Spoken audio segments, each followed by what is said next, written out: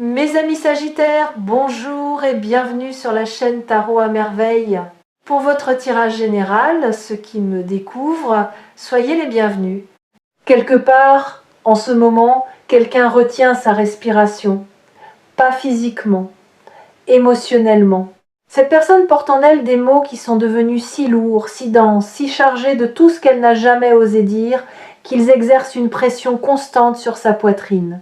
Une pression qui augmente de jour en jour, comme un mécanisme dont le ressort se comprime et qui approche du point de relâchement, le point où la tension devient insoutenable et où les mots sortent, non plus par choix, par nécessité physique.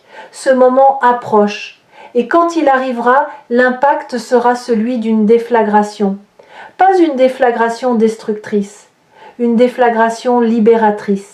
Le genre d'explosion qui ne détruit pas les murs mais qui fait sauter les verrous, qui n'abat pas les structures mais qui ouvre les portes que personne n'arrivait à débloquer. Pour comprendre ce qui arrive, je vais démonter le mécanisme devant vous, pièce par pièce, comme un horloger qui ouvre le boîtier d'une montre et en expose les rouages. Car ce qui se joue entre vous et cette personne n'est pas le fruit du hasard, c'est une mécanique précise, complexe, et d'une beauté que vous ne pouvez voir que lorsque chaque pièce est posée sur la table. Premier rouage. Le silence. Le silence de cette personne n'est pas ce que vous croyez. Vous l'avez interprété comme de l'indifférence, comme un désintérêt, comme la preuve que vous ne comptez pas assez pour mériter une parole. Mais regardez ce silence comme un horloger regarde un ressort comprimé. Le ressort est silencieux, immobile, il ne fait aucun bruit, aucun mouvement. Et pourtant, il contient plus d'énergie que n'importe quelle pièce en mouvement dans le mécanisme. Toute la puissance de la montre est concentrée dans cet objet immobile. C'est le paradoxe du ressort. Moins il bouge, plus il est puissant. Moins il s'exprime, plus ce qu'il contient est explosif. Le silence de cette personne fonctionne exactement de la même manière. Chaque jour de silence n'est pas un jour de vide, c'est un jour de compression, un tour de plus dans le ressort. Une charge supplémentaire dans la réserve d'énergie qui se libérera au moment de l'appel. Et cette charge est déjà considérable, parce que le silence dure depuis un moment, parce que les mots se sont accumulés, parce que les pensées non exprimées ont atteint une densité qui ne peut plus être contenue indéfiniment. Vous avez peu être remarqué des signes de cette pression, des messages laconiques qui ne disent rien mais qui disent tout, des réactions légèrement disproportionnées à des choses anodines, comme si l'émotion vraie cherchait n'importe quelle fissure pour sortir, des tentatives d'approche avortées, commencées puis interrompues, qui ressemblent au premier tremblement d'un volcan avant l'éruption. Ces micro-expressions de la pression intérieure sont les tic-tac du mécanisme. Et les tic-tac s'accélèrent. Vous vous êtes peu être demandé si vous aviez fait quelque chose de mal, si votre dernier échange avait blessé, si une parole malheureuse avait creusé un fossé. Vous avez retourné les conversations dans votre tête, cherchant le moment précis où les choses avaient basculé. Et vous n'avez rien trouvé. Parce qu'il n'y a rien à trouver. Le silence n'a pas été causé par une erreur de votre part. Il a été causé par la profondeur de ce que cette personne ressent. Plus le sentiment est profond, plus le silence qui le précède est long. Les sentiments légers trouvent facilement les mots. Ils se glissent dans des textes décontractés, des plaisanteries, des allusions légères. Mais les sentiments profonds sont muets. Ils cherchent un vocabulaire qui n'existe pas encore. Ils tournent dans la tête de celui qui les porte, essayant costume après costume, et aucun ne va. Ce n'est pas que cette personne ne trouve pas les mots, c'est qu'aucun mot disponible dans son répertoire ne semble à la hauteur de ce qu'elle veut exprimer. Et cette inadéquation entre le ressenti et le langage disponible est la vraie raison du silence. Pas le manque d'intérêt, le trop-plein. Deuxième rouage, le timing, pourquoi maintenant ? Pourquoi pas il y a 3 mois, 6 mois, 1 an ? Pourquoi cette personne n'a-t-elle pas parlé plus tôt si les mots étaient si urgents ? La réponse se trouve dans le deuxième rouage. Le timing n'est pas contrôlé par la volonté de cette personne. Il est contrôlé par la convergence de deux maturités, la sienne et la vôtre. Pour qu'un message de cette ampleur soit à la fois envoyé et reçu, il faut que l'émetteur et le récepteur soient tous les deux à un point précis de leur évolution. Un message envoyé trop tôt tombe dans des oreilles qui ne sont pas encore calibrées pour l'entendre. Un message reçu trop tôt est déformé par les filtres du moment.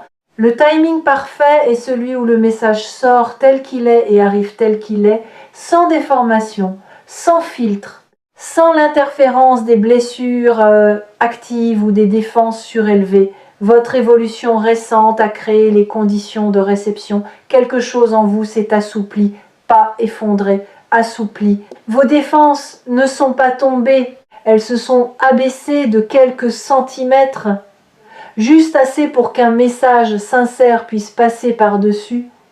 Et ces quelques centimètres, cette personne les perçoit, pas consciemment, intuitivement. Elle sent, sans pouvoir le formuler, que quelque chose a changé dans votre énergie, que l'espace existe, que le mur a un peu reculé. Et cette perception est le déclencheur qui transforme le silence en parole. Le timing n'est pas une question de calendrier, c'est une question de calibration mutuelle. Et la calibration vient d'atteindre son point optimal. Laissez-moi vous expliquer ce que signifie ce point optimal avec une image concrète. Imaginez deux instruments de musique dans deux pièces séparées. Ils jouent chacun leur partition, séparément, sans s'entendre. Pendant des mois, les mélodies n'ont aucun rapport l'une avec l'autre. L'une est en majeur quand l'autre est en mineur. L'une accélère quand l'autre ralentit. Mais progressivement, par un processus invisible, les deux mélodies convergent. Les tonalités se rapprochent, les rythmes s'alignent, et un jour, sans que personne ait donné de signal, les deux instruments jouent la même note au même moment. Cette note unique, ce point de convergence musicale, c'est le moment où l'appel se produit. Le moment où deux personnes qui évoluaient séparément atteignent simultanément le même accord intérieur. Vous ne pouviez pas forcer cette convergence. Tout comme un musicien ne peut pas forcer un autre musicien dans une autre pièce à jouer la même note, cela se produit naturellement. Par la maturation parallèle de deux êtres qui sont connectés par un fil invisible, et ce fil, aussi invisible soit-il, a guidé vos deux évolutions vers ce point de rencontre avec une précision qui dépasse toute intention humaine. Troisième rouage, la peur. Ce rouage-là est le plus complexe du mécanisme et il fonctionne dans les deux sens. Parce que la peur n'est pas seulement du côté de cette personne, elle est aussi du vôtre.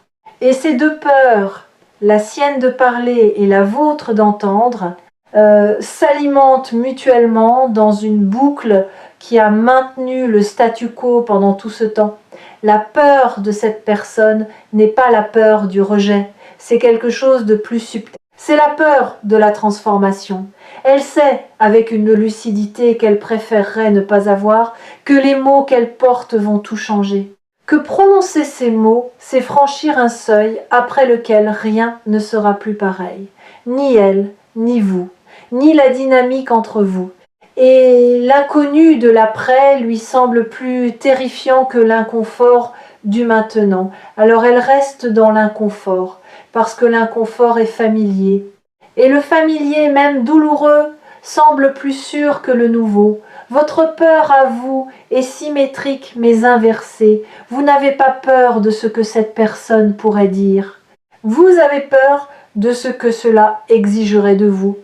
Entendre la vérité de quelqu'un oblige à y répondre avec votre propre vérité. Et votre propre vérité, celle que vous gardez scellée sous des couches de rationalisation et de distance protectrice, vous effraie peu, être autant que la sienne l'effraie. Mais voici ce que le troisième rouage enseigne quand on l'examine de près.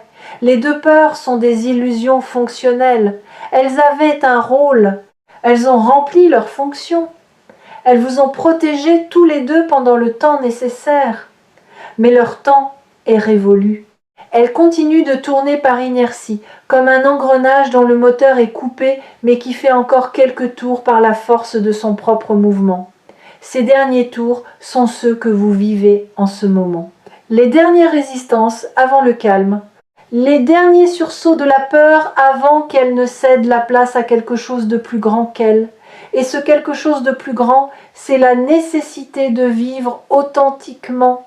Quand la nécessité d'être vrai dépasse la peur d'être vulnérable, les mots sortent toujours, sans exception. C'est une loi du cœur humain aussi fiable que la gravité. Et cette personne atteint ce point de basculement. Quatrième rouage, le contenu du message. Nous entrons maintenant dans le cœur du mécanisme, la pièce maîtresse, ce que cette personne veut vous dire. Ce n'est pas une déclaration d'amour au sens conventionnel. Ce n'est pas un aveu romantique sorti d'un film. C'est plus brut que cela, plus honnête, plus déstabilisant. Ce que cette personne veut vous dire peut se résumer en une phrase, même si elle mettra probablement beaucoup plus de mots pour y arriver, parce que les choses les plus simples sont les plus difficiles à formuler. Cette phrase, la voici. Tu es la personne avec laquelle je me sens le plus réel. Réel. Pas heureux, pas comblé, pas excité. Réel. C'est un mot que votre mental trouvera peu, être insuffisant, trop sobre, trop simple, mais écoutez-le avec votre cœur et vous comprendrez qu'il contient tout. Parce que être réel avec quelqu'un signifie pouvoir retirer chaque masque, chaque armure, chaque rôle social, chaque performance et rester là, nu dans sa vérité, sans craindre le regard de l'autre. Combien de personnes dans votre vie vous offrent cet espace? Combien de personnes vous permettent d'être totalement, irréductiblement vous-même? Une? Deux? Aucune? Cette personne vous dit que vous êtes cet espace pour elle, que votre présence désarme ses défenses d'une manière qu'aucune volonté ne pourrait reproduire. Que quand elle est avec vous, même en pensée, même à distance, quelque chose en elle se pose, se calme, se repose. Comme un animal sauvage qui trouve enfin un endroit sûr et qui pour la première fois accepte de fermer les yeux. Savez-vous ce que cela représente pour quelqu'un de dire cela? De reconnaître qu'un autre être humain a le pouvoir de l'apaiser à ce point, c'est un aveu de vulnérabilité absolue. C'est dire, tu as accès à un endroit en moi que je protège de tout le monde. Un endroit que j'ai barricadé, camouflé, nié même. Et toi, sans effort, sans stratégie, simplement en étant qui tu es, tu traverses toutes mes barricades. Tu arrives directement dans la pièce la plus intime de ma maison intérieure. Et au lieu de m'en effrayer, cela me soulage. Parce que garder cette pièce fermée me coûtait une énergie que je n'ai plus. Cet aveu est rare, pas parce que le sentiment est rare. Beaucoup de gens le ressentent, mais très peu ont le courage de le formuler. Parce que formuler cette vulnérabilité, c'est se mettre entièrement entre les mains de l'autre. Et cette personne est sur le point de le faire pour vous, avec vous, malgré sa peur. Parce que le coût du silence est devenu plus élevé que le risque de la parole. Si cette vidéo vous a trouvé sur Tarot à merveille, c'est parce que cette phrase, aussi simple soit-elle, est sur le point d'être prononcée à voix haute. Et le fait que vous entendiez ces mots ici, maintenant, avant qu'ils ne soient dits par cette personne, est la manière qu'a l'univers de vous préparer à leur impact. Parce que quand quelqu'un vous dit « tu es la personne avec laquelle je me sens le plus réel », quelque chose se brise en vous, pas quelque chose de précieux, quelque chose d'encombrant. La carapace du doute, l'armure de l'indifférence feinte, le bouclier du « je m'en fiche », tout cela vole en éclats face à la sincérité nue de quelqu'un qui vous dit « avec toi, je peux être moi ». Cinquième rouage, ce que le message va déclencher en vous. Quand ces mots arriveront, votre première réaction ne sera pas la joie, ce sera le choc. Le choc de réaliser que pendant tout ce temps où vous doutiez de votre importance, quelqu'un construisait en silence un sanctuaire autour de votre image. Le choc de comprendre que votre manière d'être, celle que vous considérez comme ordinaire, banale, parfois même ennuyeuse, est précisément ce qui rend cette personne vivante. Le choc de mesurer l'écart abyssal entre la perception que vous avez de vous-même et la place que vous occupez réellement dans la vie de quelqu'un d'autre. Ce choc va secouer vos fondations. Pas pour les détruire, pour les rééquilibrer parce que vos fondations actuelles sont déséquilibrées. Elles penchent du côté de la sous-estimation, du côté du « je ne suis pas assez ». Du côté de cette croyance tenace que les gens qui restent dans votre vie le font par habitude ou par défaut plutôt que par choix délibéré. Et les mots de cette personne vont remettre les fondations d'aplomb, en posant sur le plateau de la balance un poids que votre doute ne pourra pas contrebalancer. Le poids de la vérité dite à voix haute par quelqu'un qui n'avait rien à y gagner, sauf le soulagement de ne plus mentir par son silence. Après le choc viendra quelque chose d'inattendu, de la tendresse. Pas de la tendresse pour cette personne, de la tendresse pour vous-même, parce que vous réaliserez que l'être humain que cette personne décrit avec tant de vénération, c'est vous. C'est vous qu'elle voit quand elle dit réel. C'est votre rire qu'elle entend quand elle cherche le réconfort. C'est votre regard qu'elle imagine quand elle a besoin de se sentir vue. Et cette réalisation provoquera en vous un mouvement rare, le mouvement de vous regarder avec les mêmes yeux, de vous voir tel que cette personne vous voit, de découvrir que l'être humain que vous malmenez intérieurement depuis des années est un être humain extraordinaire vu de l'extérieur. Il y a un deuil dans cette découverte, pas un deuil triste, un deuil nécessaire, le deuil de l'image de vous que vous portiez depuis si longtemps, l'image du pas assez, du trop ordinaire, du toujours à côté. Cette image va mourir, non pas d'un coup, mot par mot. À mesure que les paroles de cette personne pénétreront votre conscience et dissoudront syllabe par syllabe la fiction que vous aviez construite autour de votre propre personne. Et sur les cendres de cette image mourante va naître quelque chose de neuf. Pas un ego surdimensionné, pas une confiance artificielle, une estime juste, calibrée, fondée non pas sur ce que vous pensez de vous, mais sur ce que votre existence produit réellement dans la vie des autres. Et cette estime-là est inattaquable parce qu'elle ne repose pas sur l'opinion, elle repose sur l'impact. Et votre impact, vous allez enfin le mesurer à travers les yeux de quelqu'un qui l'a vécu de l'intérieur. Vous allez aussi ressentir quelque chose d'inattendu, du regret. Pas le regret d'avoir fait quelque chose de mal, le regret d'avoir passé tant de temps à douter, tant d'énergie à vous diminuer, tant de jours à croire que vous étiez interchangeable alors que vous étiez irremplaçable. Ce regret sera bref. Parce que le présent, ce qui s'ouvre devant vous, sera si lumineux qu'il effacera rapidement l'ombre du temps perdu.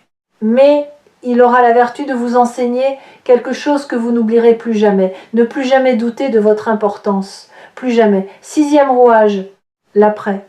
Quand un horloger a exposé tous les rouages, quand chaque pièce est sur la table et que le mécanisme est entièrement compris, il reste une question. Que se passe-t-il quand on rassemble les pièces et qu'on laisse la montre sonner? Ce qui se passe, c'est que le temps reprend. Le temps qui semblait suspendu entre vous et cette personne. Le temps qui s'était figé dans un entre-deux inconfortable où vous n'étiez ni ensemble, ni séparés, ni proches, ni distants, ni en paix, ni en conflit. Ce temps reprend sa course. Et il reprend dans une direction nouvelle, pas la direction du passé, pas le retour à ce qui était, la direction de ce qui n'a jamais existé, d'une configuration de votre lien qui n'avait pas encore eu l'occasion de se manifester parce que les conditions intérieures n'étaient pas réunies. Ces conditions sont maintenant réunies. Le ressort est à son maximum de tension. Le timing est optimal. La peur a fait ses derniers tours. Le message est mûr. Et votre capacité à le recevoir est à son plus haut niveau depuis le début de cette histoire. Quelque chose de beau va se produire dans l'espace entre vous et cette personne. Un espace qui était autrefois rempli de non-dits, de suppositions erronées et de distances auto-imposées va se transformer en un espace de clarté. Pas de clarté froide et clinique, de clarté chaude. La clarté de deux êtres qui posent enfin les armes et qui se regardent sans le filtre de la protection, sans le voile de l'orgueil, sans le masque du je mens, fiche aussi. Juste deux visages nus, deux vérités face à face. Et le soulagement immense, presque physique, de ne plus jouer. Vous avez joué, elle a joué. Vous avez tous les deux joué le jeu du détachement, de la distance calculée, de l'indifférence stratégique, et ce jeu vous a épuisé, tous les deux. Pas parce qu'il était difficile à jouer, parce qu'il était faux. Et jouer faux quand on ressent vrai est la chose la plus épuisante qui existe. Votre corps le sait. Votre corps est fatigué de porter le masque. Et le corps de cette personne est fatigué aussi. Deux fatigues qui convergent vers le même remède. La vérité, l'appel qui vient ne sera pas seulement un moment, ce sera un tournant. Le genre de tournant qu'on identifie des années plus tard comme le moment où tout a basculé, où l'ancienne dynamique a cédé la place à une dynamique entièrement nouvelle, où les rôles familiers se sont dissous pour être remplacés par quelque chose de plus vrai, de plus nu, de plus courageux. Vous allez peu être hésité à décrocher, non pas par indifférence, par respect pour l'ampleur de ce qui se joue, par cette intuition que répondre à cet appel, c'est accepter d'entrer dans un territoire inconnu, un territoire sans carte, sans guide, sans garantie, mais avec une boussole. Et cette boussole, c'est la vérité que vous avez en commun avec cette personne. La vérité brute, non filtrée, non emballée, qui va être posée entre vous comme un objet précieux sorti de son coffre pour la première fois, décrochez quand même. Décrocher avec le cœur battant et les mains qui tremblent, décrocher en sachant que le tremblement n'est pas de la faiblesse, c'est le signe que ce qui se passe est réel. Les choses sans importance ne font pas trembler. Seules les choses qui comptent ont ce pouvoir. Et ceci compte plus que vous ne le mesurez encore. Les messages reçus ici sur Tarot à merveille portent parfois une charge qui dépasse le cadre d'une simple lecture. Celui-ci en fait partie. Il ne se contente pas de décrire ce qui arrive. Il prépare le terrain pour que ce qui arrive puisse être accueilli dans les meilleures conditions, comme un jardinier qui prépare la terre avant de poser la graine. La graine est le message de cette personne. La terre, c'est votre cœur. Et cette vidéo est la préparation. Voici ce que je veux que vous gardiez de cette lecture. Au-delà des détails, au-delà de l'identité de cette personne ou du moment exact de l'appel, ce que je veux que vous gardiez, c'est la compréhension du mécanisme. La compréhension que rien dans votre vie n'est aléatoire, que le silence avait une fonction, que le timing a une intelligence, que la peur a une date d'expiration, que le message qui vient était inévitable depuis le moment où deux personnes ont créé entre elles un espace de vérité. Vous avez créé cet espace par votre authenticité, par votre patience, par votre refus de jouer des rôles dans une relation qui méritait mieux que le théâtre. Et cet espace, nourri par le temps et mûri par l'absence, est devenu si vaste qu'il ne peut plus rester vide. La nature a horreur du vide, et l'amour, sous toutes ses formes, a horreur du silence quand le silence n'a plus rien à enseigner. Votre rôle dans les jours qui viennent est simple, mais exigeant. Restez ouvert. Ne pas refermer les écoutilles à la première vague d'émotions. Ne pas retourner dans la forteresse du détachement au premier signe de vulnérabilité. Restez là dans l'inconfort de l'ouverture, avec la confiance que ce qui vient est bon, pas facile, bon. Et que le bon dans les relations entre êtres humains profonds n'est jamais facile. Il est toujours un peu tremblant, un peu maladroit, un peu effrayant. Et c'est précisément cette imperfection qui le rend authentique, qui le distingue du jeu, qui en fait quelque chose de réel dans un monde saturé de performance. Le silence n'a plus rien à enseigner. Le ressort est au maximum. L'heure sonne. Et quand vous aurez besoin de vous rappeler que ce mécanisme est réel, que chaque rouage tourne avec précision vers ce moment, revenez sur Tarot à merveille. Revenez à cette image de l'horloge, à ces rouages démontés puis rassemblés, Et rappelez-vous que les meilleures horloges ne sont pas celles qui font le plus de bruit, ce sont celles qui sonnent juste. Et ce qui sonne ici est d'une justesse que 10 ans de pratique m'ont rarement permis de percevoir. L'appel arrive, les mots sont prêts, et vous, malgré ce que vous croyez, êtes exactement assez préparé pour les entendre. Décrochez.